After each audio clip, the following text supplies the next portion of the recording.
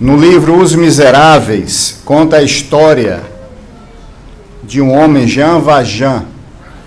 Ele ficou preso ali por volta, no século XIX, ele ficou preso por 19 anos, porque ele roubou pão para alimentar sua família.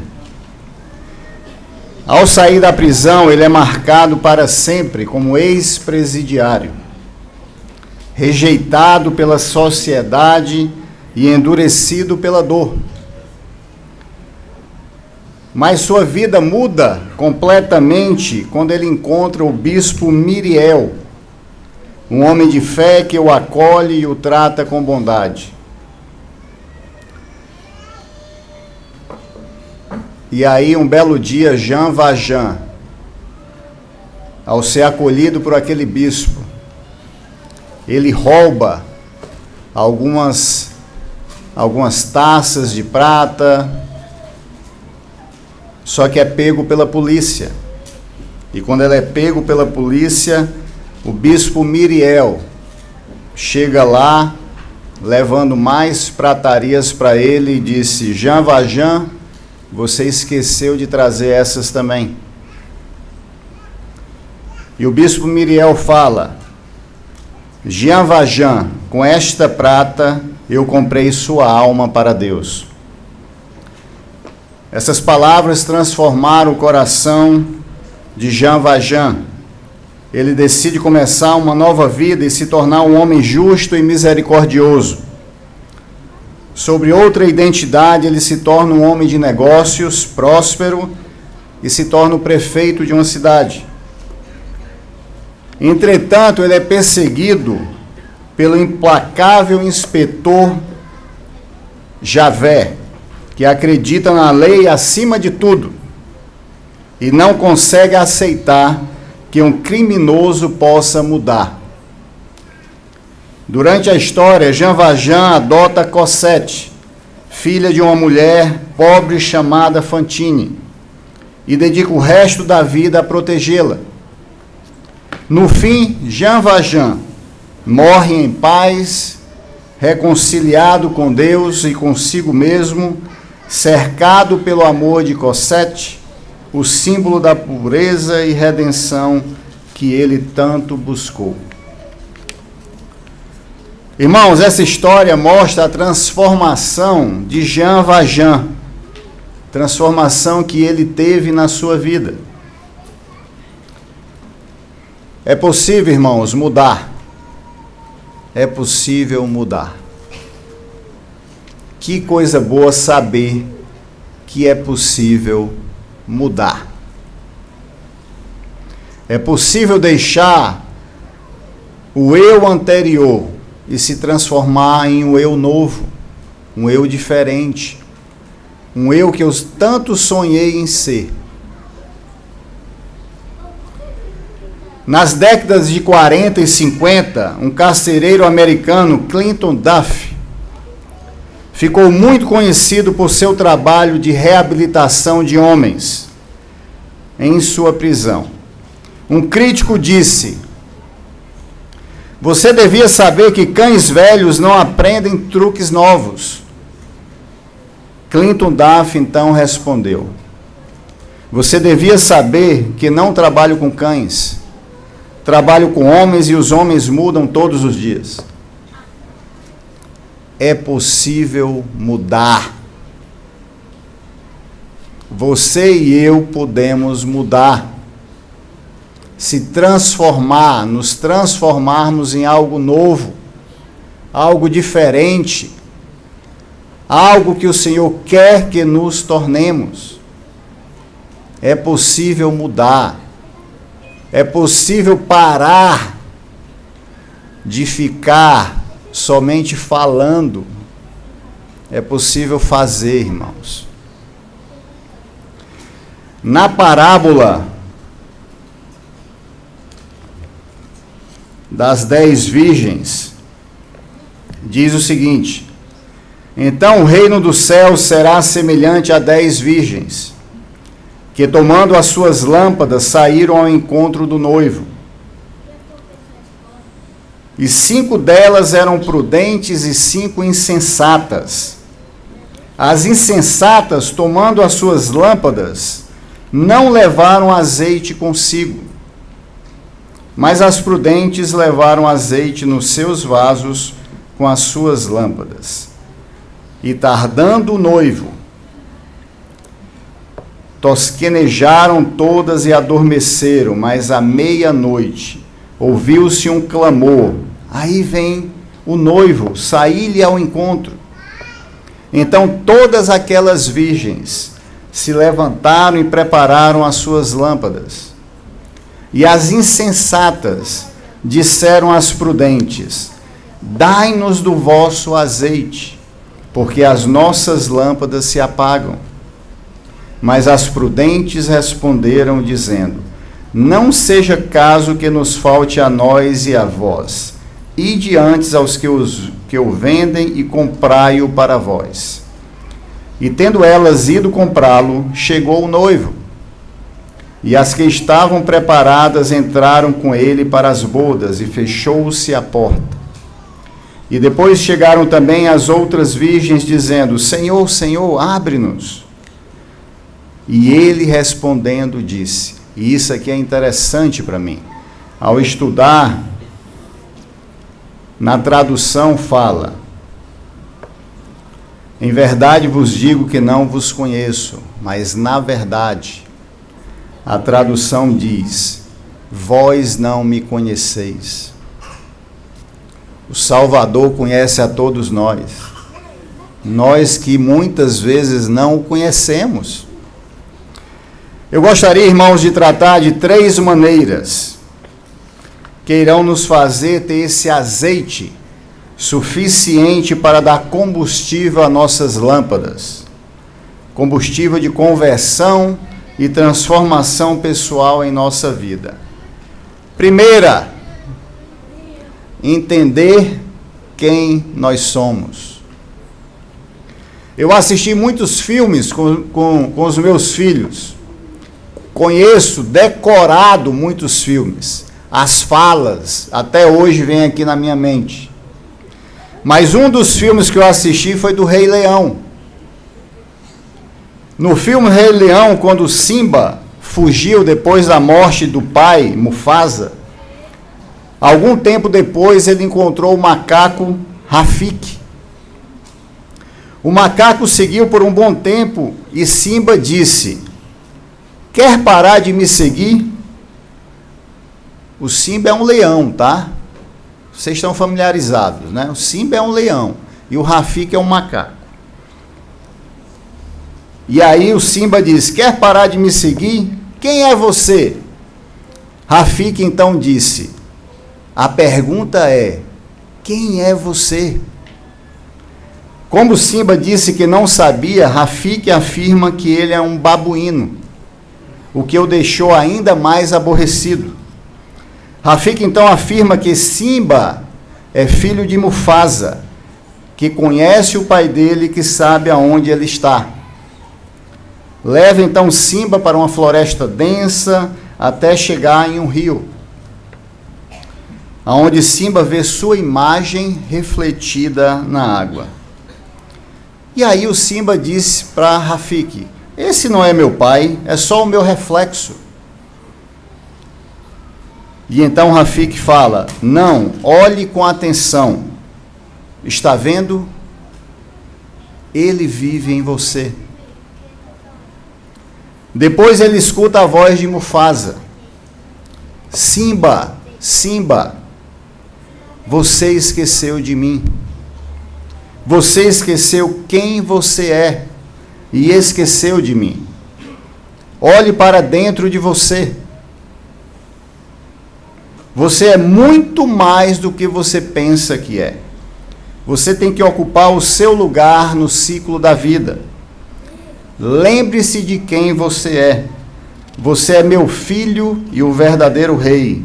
Lembre-se de quem você é. Simba então diz: eu sei o que tenho que fazer, mas se eu voltar, eu tenho que enfrentar o meu passado, que tenho fugido há tantos anos. Rafik argumenta: o passado pode doer, mas do jeito que eu vejo, você pode fugir dele ou aprender com ele. O que você vai fazer? Simba então diz que vai voltar. Assim como Simba, irmãos, nesse filme, precisamos aprender algumas verdades. Entender de quem nós somos filhos. Nós somos filhos desse ser glorioso que é nosso Pai Celestial. Nós herdamos características, habilidades, dons, talentos. Segunda, precisamos aprender com os nossos erros. Não podemos ter medo de enfrentar os nossos erros. Precisamos resolver o que está de errado. Precisamos ter a coragem para resolver. Em Isaías 1,18 fala o seguinte: ainda que os vossos pecados sejam como a escarlata, eles se tornarão brancos como a neve. Ainda que sejam vermelhos como o carmesim, se tornarão brancos, se tornarão como a branca lã. Primeiro, irmãos, foi entender quem nós somos. Eu sinto que nós precisamos entender isso. Nós precisamos entender de quem nós somos filhos. Segunda maneira, não desperdiçar os dias de sua provação, como fala lá em 2 Nef 9:27. Nós não podemos procrastinar o que nós precisamos resolver e fazer a cada dia. Parece que nós temos tantas e tantas e tantas coisas para fazer, que nós não fazemos o que é mais importante.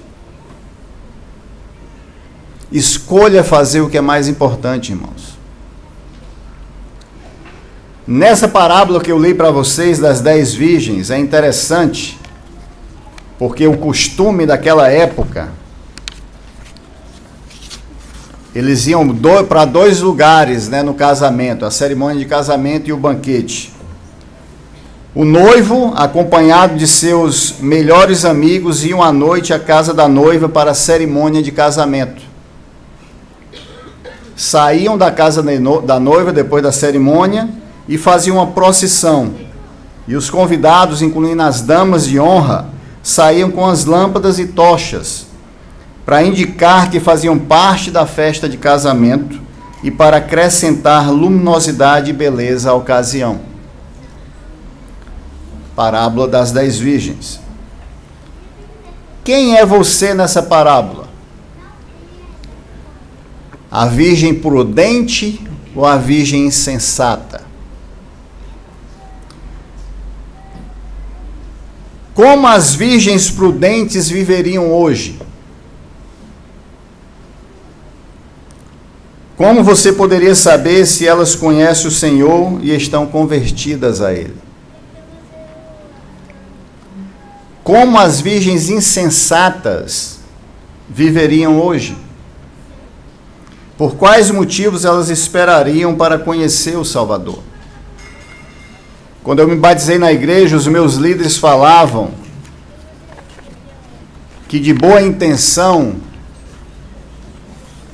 de boa vontade, todo mundo tem boa vontade, todo mundo tem um discurso maravilhoso, lindo,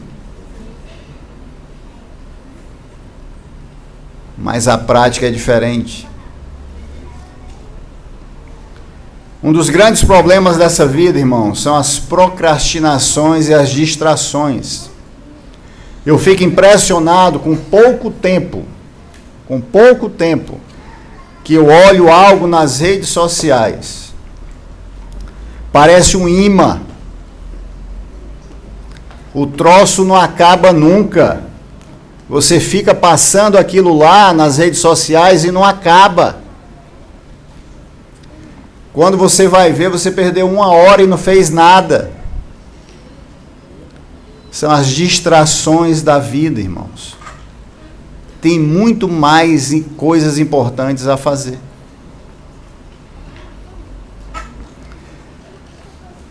De repente, algumas pessoas pensam que precisam se divertir um pouco. Eu vou me divertir um pouco antes de fazer uma missão de tempo integral. Eu tenho sofrido tanto, trabalhado tanto na escola. Tem sido tão duro a escola. Difícil estudar. É uma vida dura, sofrida. Ele quer depois se divertir um pouco. Nas Escrituras fala o seguinte: sim, haverá muitos que dirão, comei, bebei e alegrai-vos, porque amanhã morreremos e tudo nos irá bem. E muitos também dirão, comei, bebei e diverti-vos, não obstante, temei a Deus. Ele justificará a prática de pequenos pecados. Sim, menti um pouco, aproveitai-vos de alguém por causa de suas palavras. Abri uma cova para o vosso vizinho, não há mal nisso. E fazei todas essas coisas porque amanhã morreremos. E se acontecer de sermos culpados, Deus nos castigará com os poucos açoites. E ao fim seremos salvos no reino de Deus. Sim, haverá muitos que ensinarão desta maneira doutrinas falsas, vãs e tolas. E encherão o coração de orgulho e procurarão esconder profundamente do Senhor os seus desígnios secretos, e farão as suas obras às escuras.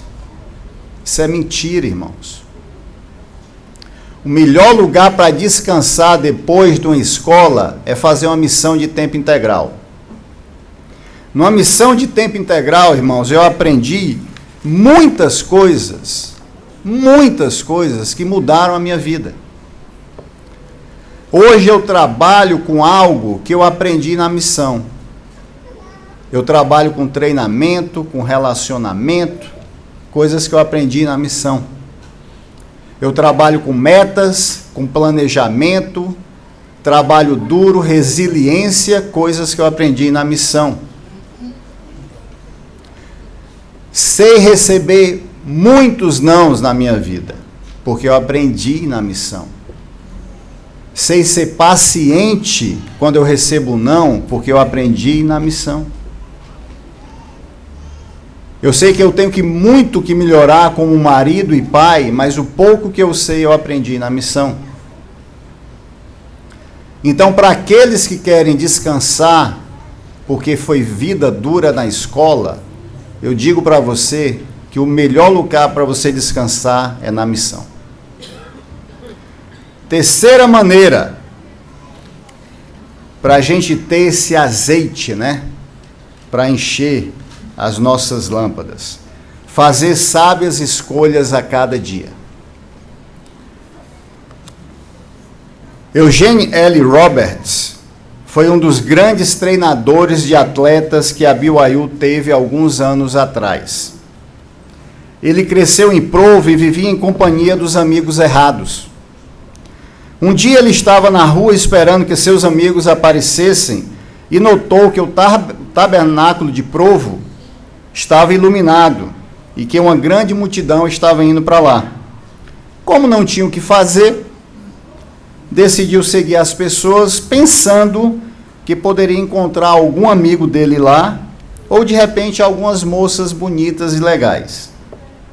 Ao entrar, encontrou 3 ou 4 amigos e sentaram perto ali um dos outros. Ele falou que não tinha interesse nenhum de ouvir aqueles velhotes que estavam falando no púlpito. Falou que aqueles velhotes não poderiam ensinar nada para eles, pois ele e seus amigos sabiam de tudo. Então, de repente, ele ouviu uma frase vindo daquele velhote. O velhote falou o seguinte: não podeis conhecer o caráter de um indivíduo pelo modo como ele faz seu trabalho diário. Observai-o quando seu trabalho estiver terminado. Vide aonde ele vai. Notai os companheiros que ele procura e as coisas que ele faz quando pode fazer o que quer. Só assim podereis conhecer seu verdadeiro caráter. Roberts continua: olhei para o púlpito, porque me senti atingido por aquela afirmativa tão forte. Ali vi um homem magro, de cabelos escuros e olhar feroz, a quem conhecia e temia, mas por quem não sentia nenhum tipo de amor. Ao continuar, o orador fez uma comparação dizendo: vejamos a águia, por exemplo. Esse pássaro trabalha com o mesmo afinco e a mesma eficiência que qualquer outro animal no seu trabalho diário. Ele provê seu sustento e o de seus filhotes com o suor de seu rosto, por assim dizer. Mas quando o seu trabalho diário termina e a águia pode fazer o que desejar, observai-o como ela passa suas horas vagas. Ela voa nas alturas do céu, abre suas asas e banha-se nos ares, pois ama a atmosfera limpa e pura das alturas. Por outro lado, consideremos os porcos. Esse animal grunhe e escava a terra e provê o sustento de seus filhotes tão bem quanto a águia. Mas quando o seu horário de trabalho termina e ele tem algum tempo livre, observai aonde ele vai e o que ele faz. O porco procura os lugares do terreno onde há mais lama e rola, deliciando-se na imundície, pois é disso de que ele gosta. As pessoas podem ser águias ou porcos em seus momentos de lazer. O que eu e você somos, irmãos? Águias ou porcos? Porque trabalhar, irmãos, todo mundo trabalha. Ou deveria. Isso não vai nos diferenciar. O que vai nos diferenciar é o que nós, eu e você, fazemos nas horas vagas, onde ninguém está vendo. O que eu e você fazemos. O que vai nos diferenciar. Gene Roberts voltou para casa aquela noite e decidiu mudar. Obrigado. O que irão decidir hoje, irmãos? O que você vai decidir fazer a partir desse momento? Você pode sair ali, naquela porta, e ser a mesma pessoa que você entrou. Só mais uma pessoa pregando o Evangelho. Ou você pode sair naquela porta e decidir ser uma pessoa melhor. Eu não sei o que você precisa mudar, mas eu tenho certeza que você precisa mudar algo.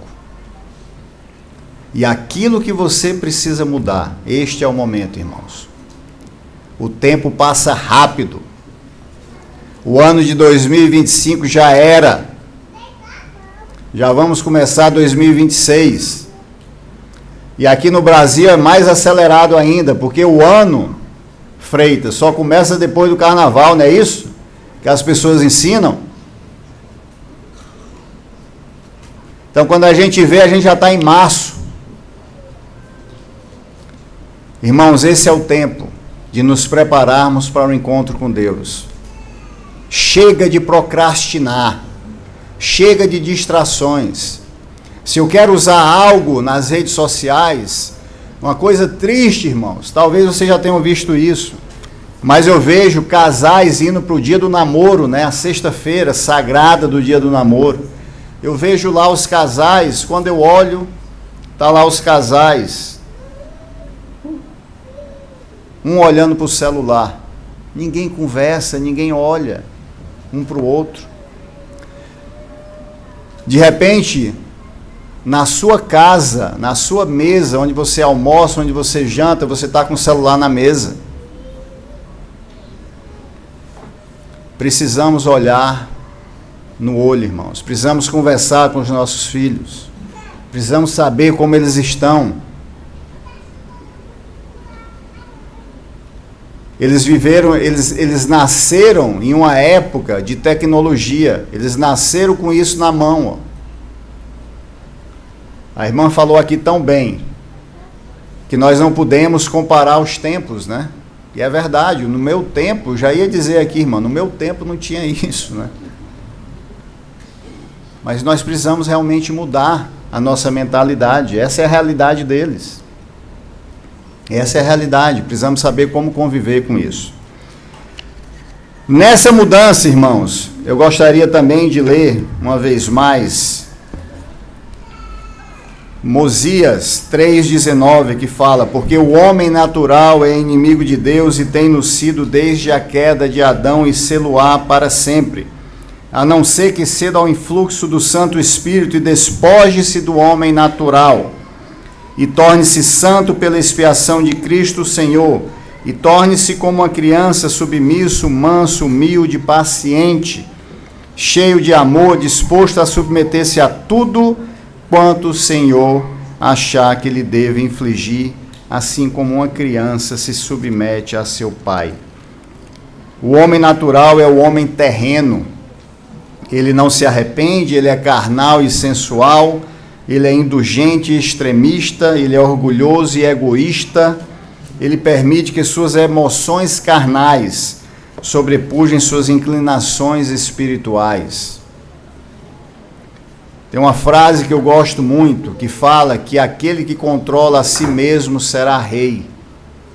Nós precisamos controlar as nossas emoções, as nossas raivas, as nossas mágoas, os nossos impulsos, né? Parar de dizer, eu sou assim mesmo, eu nasci assim mesmo. Não, amigo, você pode mudar. Em contrapartida, temos o homem de Cristo. Ele é espiritual e domina todas as suas paixões. Ele é moderado e controlado. Ele é benevolente e altruísta. Ele se apega à palavra de Deus, ele nega a si mesmo, ele toma a sua cruz. Só queria, irmãos, encerrar que eu sei, irmãos, que esta é a igreja de Jesus Cristo e ele está voltando. Que nós possamos nos preparar para o encontro com o noivo, encontro com o nosso Salvador. Que nós possamos lembrar de quem nós somos. Não desperdiçar o nosso tempo, irmãos. E mudar o nosso coração e a nossa vida. Eu deixo isso em nome de Jesus Cristo. Amém. Amém.